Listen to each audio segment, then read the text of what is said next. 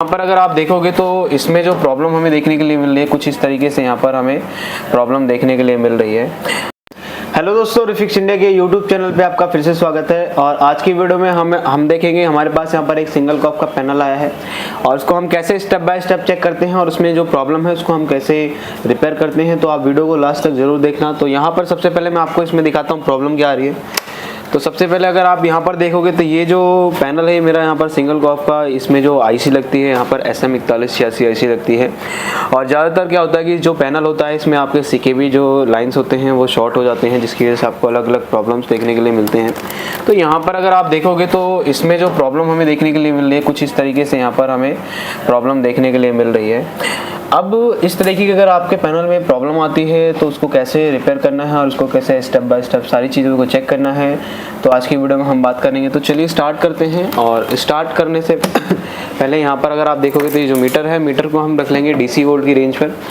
और DC volt की range पे रखने के बाद जो पैनल में आपकी PCB होती है उसमें आपको सभी वोल्टेज चेक करनी है। और ये जो वोल्टेज है यानी कि इसकी जो बेसिक रिक्वायरमेंट वोल्टेज होती है वो उन सभी वोल्टेजेस को आपको चेक करना है। तो यहाँ पर हम सभी वोल्टेजेस को चेक कर लेते हैं। तो यहाँ पर सबसे पहले अगर आप यहाँ पर देखोगे तो ये हमारे पास यहाँ पर एक फ्यूज़ लगा है और इस फ्यूज़ पे हमें यहाँ पर 12 वोल्ट की सप्लाई मिलनी चाहिए। तो यहाँ पर अगर आप देखोगे तो ये 12 वोल्ट की सप्लाई मेरे को बिल्कुल प्रेजेंट मिल रही है।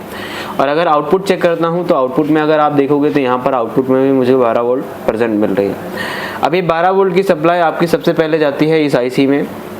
और इस IC का काम है यहाँ पर सबसे पहले यहाँ पर अगर आप देखोगे तो ये 12 वोल्ट की सप्लाई इनपुट हो रही है। और ये जो 12 वोल्ट आपकी इस IC में इनपुट होते हैं तो होता क्या है कि इसके अंदर एक बक कन्वर्टर IC होती है जो कि यहाँ पर सबसे पहले 3.3 वोल्ट बनाती है। तो यहाँ पर अगर इस कॉइल पे अगर चेक करता हूँ तो यहाँ पर अगर आप देखोगे तो ये मुझे 3.3 वोल्ट की सप्लाई यहाँ पर देखने के लिए मिल रही है। अभी जो 3.3 वोल्ट की सप्लाई बनती है तो 3.3 वोल्ट बनने के बाद अब देखो होता क्या है कि ये जो IC लगी है ये आपकी इसमें सभी IC कंबाइन है, यानी इसमें level shifter DC to DC टिकोन यानी एक ही IC में सभी IC इसमें कंबाइन होती हैं। तो यहाँ पर 3.3 वोल्ट बनने के बाद आपकी जो वोल्टेज बनती है वो वोल्टेज बनती है सबसे पहले AVDD वोल्टेज। तो यहाँ पर क्या है कि ये डायोड लगा है, डायोड के अगर इनपुट में चेक करता हूँ तो 12 वोल्ट की सप्लाई मिलती है। और अगर यहाँ आउटपुट में चेक करता हूँ तो आउटपुट में मुझे यहाँ पर 12 से बूस्ट वोल्टेज मिलती है, यानी कि यहाँ पर जो वोल्टेज बन रही है मेरी AVDD वोल्टेज बन रही है।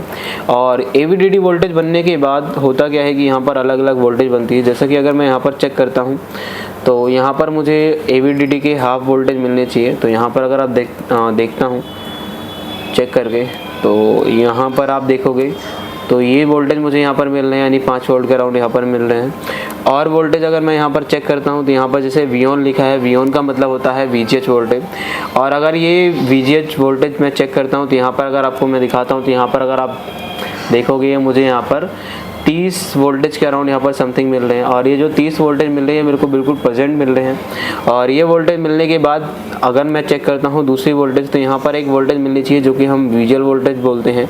तो यहाँ पर अगर मैं चेक करता हूँ तो यहाँ पर अगर आप देखोगे तो -6 वोल्टेज मुझे विजुअल प्रेजेंट मिल रहे हैं, यानी ऑलमोस्ट क्या है कि इसमें जो वोल्टेज चाहिए होती है वो ऑलमोस्ट वोल्टेज यहाँ पर पूरी है। तो यहाँ पर एक वोल्टेज और बनती है जिसको हम बोलते हैं 1.8। तो यहाँ पर अगर हम चेक करते हैं तो वो भी वोल्टेज देख लेते हैं। तो यहाँ पर अगर आप देखोगे 1.8 की सप्लाई हमें बिल्कुल प्रेजेंट तरीके से मिल रही है। और यहाँ पर अगर आप देखोगे तो हमारी रोम IC लगी है और ये जो रोम IC है, रोम IC की पिन नंबर 8 पे हमें 3.3 वोल्ट की सप्लाई मिलनी चाहिए। तो यहाँ पर अगर आप देखोगे पिन नंबर 8 पे 3.3 वोल्ट की सप्लाई बिल्कुल प्रेजेंट तरीके से मिल रही है।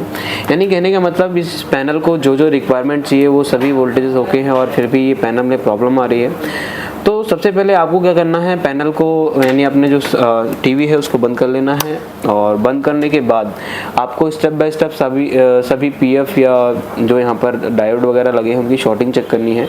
कई बार डायोड आपका ओपन रहता है या आपके जो PF है वो आपके शॉर्ट हो जाते हैं, जिसकी वजह से इस तरीके की प्रॉब्लम भी आ सकती है।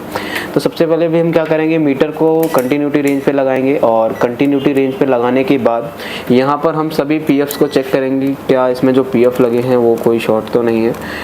तो यहाँ पर आपको सभी PFs को चेक कर लेना है स्टेप बाय स्टेप। तो यहाँ पर हम चेक कर लेते हैं।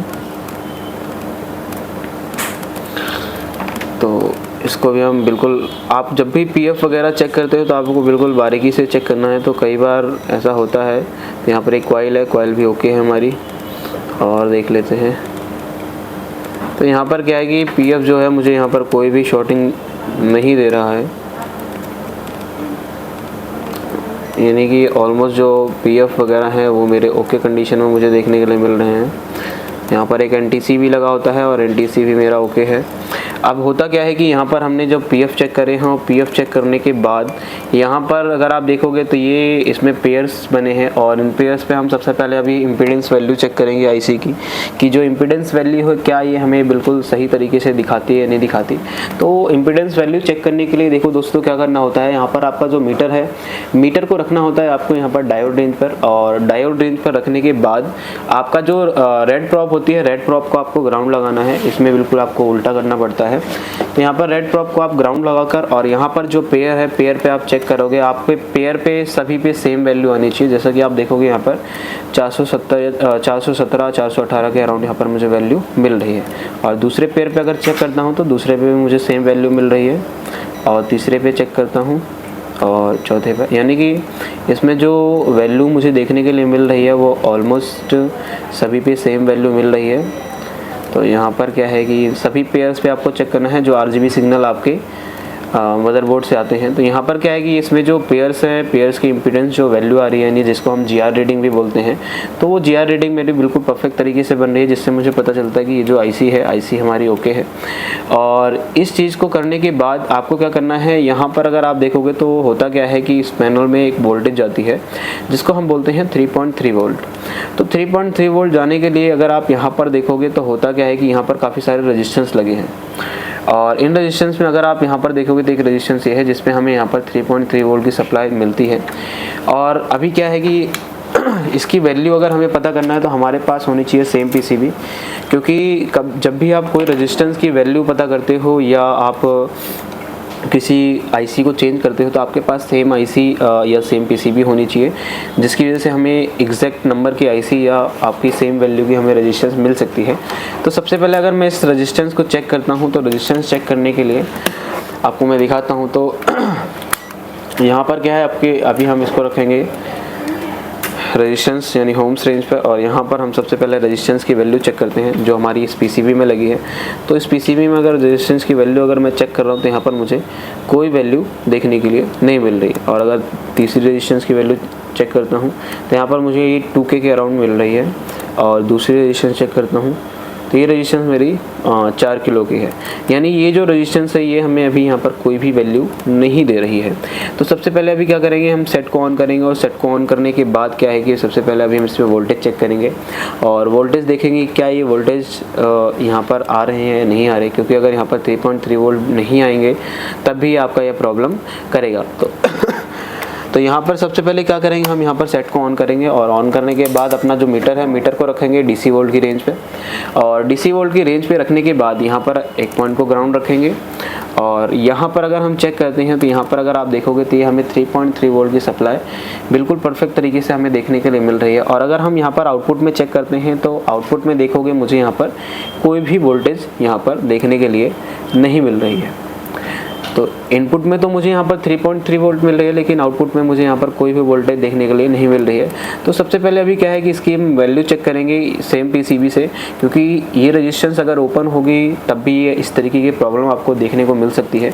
तो अभी क्या है, हम इसको रेजिस्टेंस को चेक करने के लिए डायोड होम्स रेंज पे रखेंगे और सेट को बंद कर लेंगे। और सेट को बंद करने के बाद अगर हम इसमें यहाँ पर वैल्यू चेक करते हैं तो इस रेजिस्टेंस की जो वैल्यू है अगर हम देखते हैं तो यहाँ पर हमें 10K के अराउंड यहाँ पर वैल्यू देखने के लिए मिल रही है।